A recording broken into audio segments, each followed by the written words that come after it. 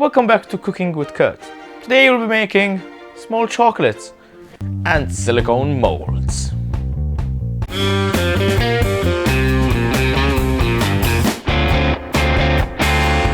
I started by making a mold master. This is the item which the mold will take the shape of. I designed a small heart as this was going to be a gift for my girlfriend.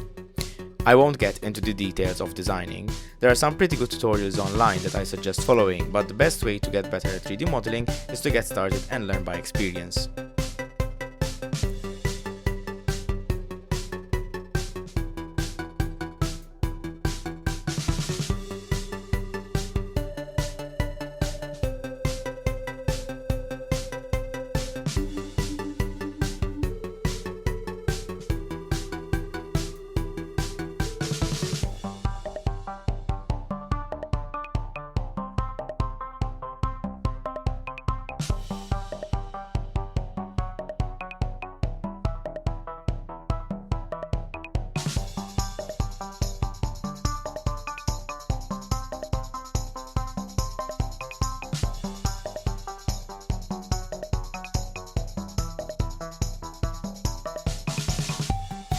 Once I was happy with the shape, I exported it and printed it. I voxelized it using an online tool and printed that as well.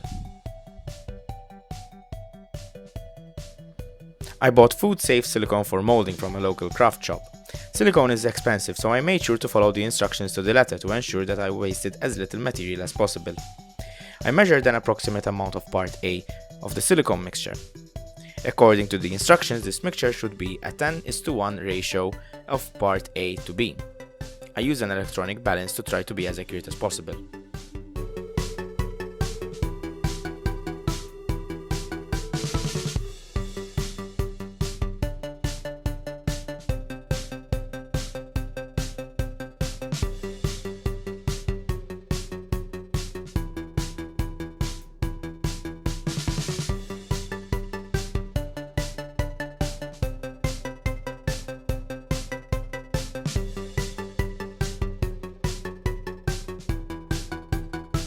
By watching Punished Props, I learned that you need to mix your silicone really well before pouring. This ensures the proper dispersal of the second part of the mixture, which is the activator or the hardener. If the mixture is not stirred well, then the silicone wouldn't set and the mold would fail.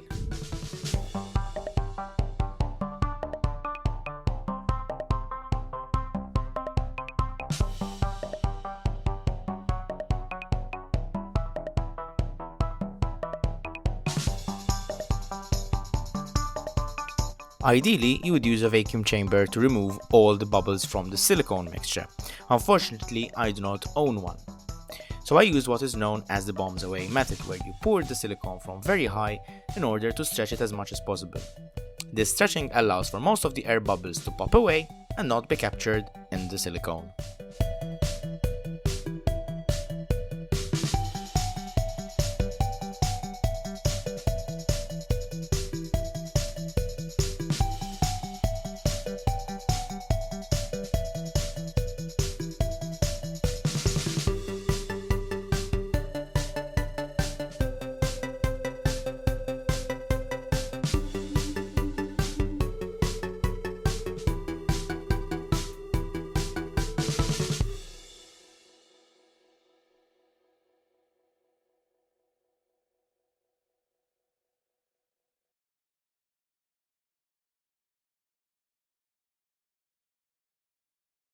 It only took the silicone a few hours to cure, and once it was done, I made sure to give it a good washing, making it ready for use.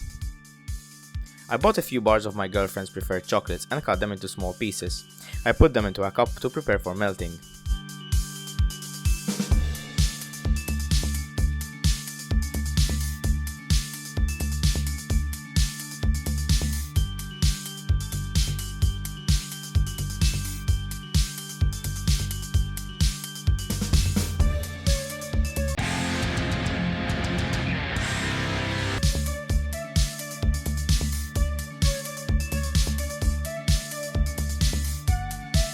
I nuke them in the microwave for 15 seconds at a time, stirring after every heating to make sure that the chocolate melted as it should. The molten chocolate was poured into the mold using a variety of techniques. These included pouring from the cup, scooping with a teaspoon, panicking, and a mixture of all these.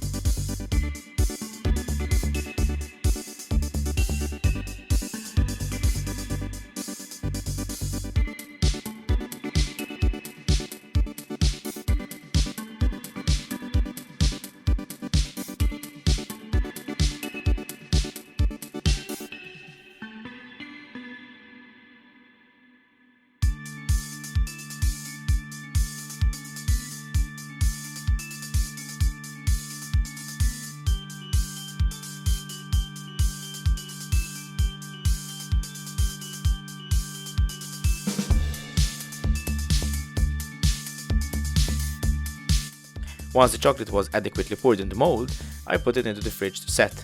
This kind of chocolate was not meant to be molded and poured. Ideally, one would use a proper kind of chocolate, but for this project it seemed to work out well.